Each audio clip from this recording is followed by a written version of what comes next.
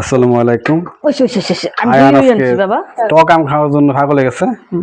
টক আম খাওয়ার লাগে এই জন্য দেন আইনের আম্মু গাছটা আম পাইরে আইনা পরে আম ছোলা দিতেছে খাওয়ার জন্য। আবু তুমি টক আম খাইতে পারো? টক আম তো তুমি খাও না, তুমি তো চিনি দিয়ে খাও। এই যে চিনির ডিব্বা রাখছে এখানে, চিনি দিয়া পরে আম ছোলাইয়া কাটিয়া সুন্দর করে মজা করে চুলাইতাম তখন কাঠটা বেশি বড় হইতো দেখতাম। আগে পুরা আমের ছোলা একবার ছোলালিস চাকুতে গাছের উইটটা বইয়া পরে আম খাইতাম। চুলা বাবা তুমি চুল খাইতেছ? ওই যে শুকলে খাইতেছে পাইকে যেতেছে কিন্তু গাছের এই যে হলুদ রুজ হয়ে গেছে। এই যে এটা খায় না, এই যে আম খাইতেছে না, তোমার আম কাটলে এই যে লাল হয়ে গেছে দেখছো ভিতরে বড়া লবণ দিয়ে মাইখে দিমু চিনি দা। এই যে বড় হয়ে গেছে নিজের গাছের আম, মিষ্টি হোক বা টক ফাইরা খাওয়ার মজা আছে। বাজারে থেকে কিনে খাওয়া মজা আছে না, খাই দেখতাম।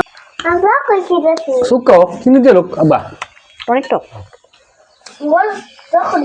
তুমি টকই খাও, চিনি না দিয়ে খাইতে পারবা?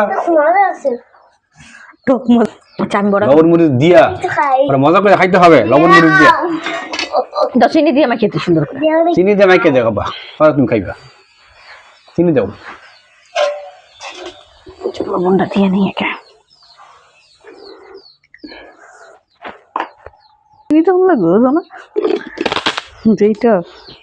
আমি তো বেশি মরিচ দিলে তো তোমার ছেলে শুরু করবো।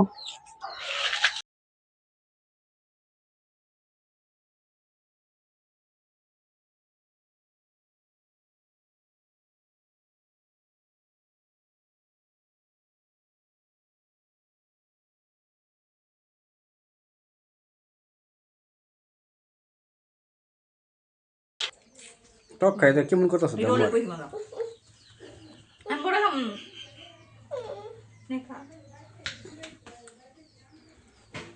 তুমি তো সুমনে চাবা খাইতে দাঁত চুকে বাতি খাইতে না।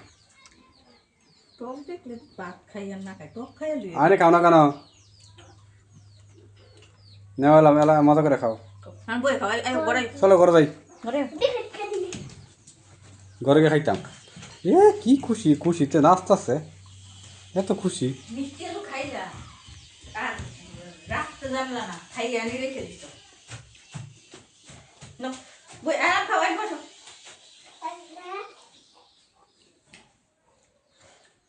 কি ফর না যে আম খাইতে মোবাইল লাগে, এই মোবাইল স্যার আম খাওয়া যাবে না।